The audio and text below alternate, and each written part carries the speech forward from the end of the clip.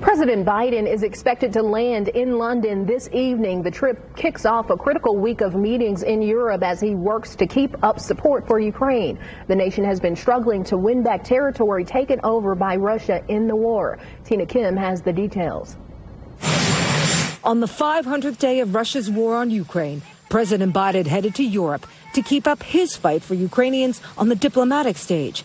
Tuesday, he'll meet with fellow members of NATO, the Western alliance, helping Ukraine defend against the Russian invasion. The prime issue expected?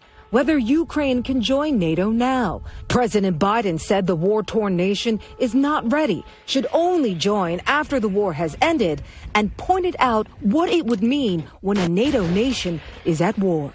If the war is going on, then we're all in the war. We're in war with Russia, if that were the case. So I think we have to lay out a path, for the rational path, for Ukraine to be able to qualify to get into NATO. The NATO summit in Lithuania will take place just days after President Biden approved cluster munitions for Ukraine's defense. The weapon is banned by more than 100 nations. Many of them belong to NATO.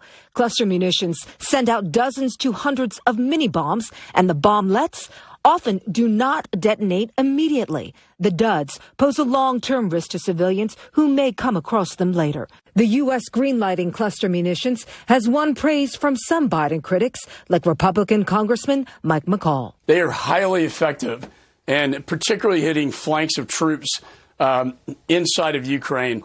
They would be a game changer in the counteroffensive, and I'm really pleased the administration has finally agreed to do this. I'm Tina Kim reporting.